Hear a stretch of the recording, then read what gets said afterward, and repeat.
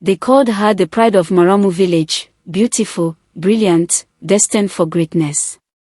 But somewhere between her dreams and her destiny, something went terribly wrong. When her life collapsed, the entire village began asking one question. Who is to blame? In the quiet village of Maramu lived Sento Kanu, the only child of humble peasant parents. Her father, Ali, worked tirelessly under the scorching sun. Her mother, Yobomi, tended her small garden with weathered hands. They owned little, except their love and their brilliant daughter. Sento excelled at everything, her studies, her chores, her manners. Her smile warmed every heart it reached. But deep inside, a small spark of pride was already flickering. One day, a station manager named Mr. Jones visited the village. He had heard of Sento's talents and offered to send her to town for better schooling. He told her parents, "This girl deserves more. Let me take her to town for real schooling." Yobomi held her hands to her chest, proud, but afraid. Ali stared at the earth before whispering, "Let her go, maybe she will become what we could not."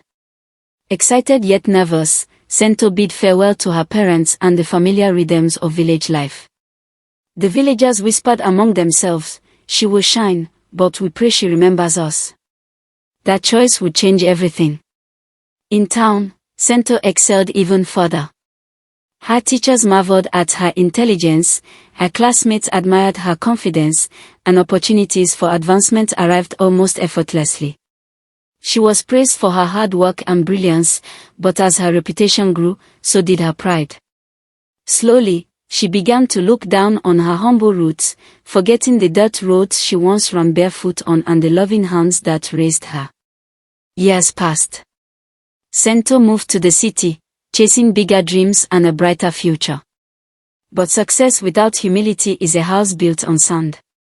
And in the city, that sand was shifting beneath her feet. At a social event, when Sento was talking, a wealthy woman smirked and said, "Your accent is charming." Sento smiled, but shame twisted inside her.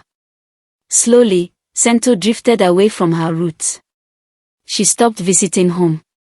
When her father fell sick, she didn't go.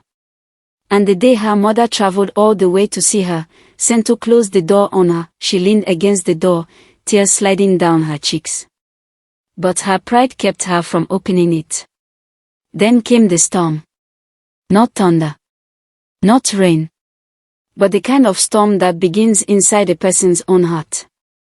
At work, a ledger went missing. In the meeting room, the manager stared at Sento with cold, accusing eyes. Papers were scattered across the table.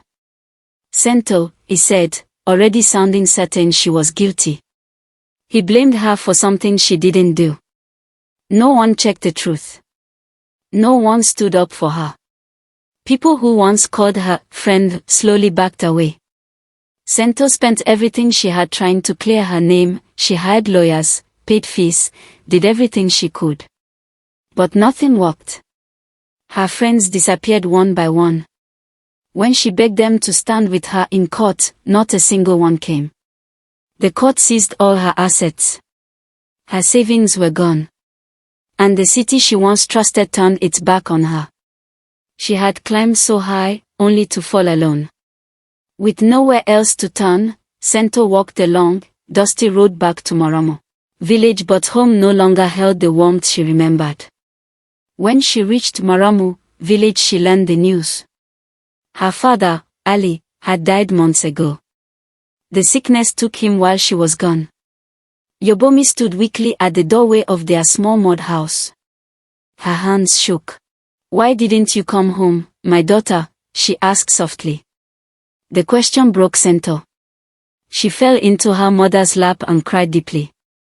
She promised to stay and make things right. All her achievements, all her dreams, all her pride and friends meant nothing now. But 2 days later, Sento fell seriously ill. The stress, the pain, the shame, it was too much. Yobomi tried everything she could. She brought water, called the healer, sang old songs to comfort her. Sento's breath grew weaker and weaker.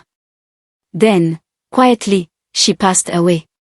Her mother cried until her voice disappeared, her grief echoing through the village. And after Sento was buried, the whispers began.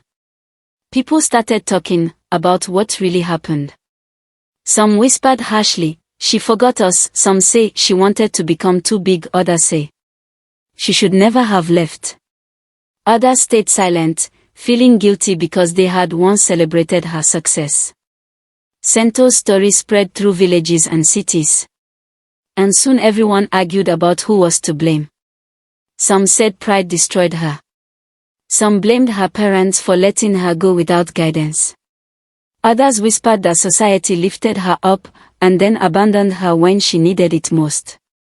But now, I ask you one question.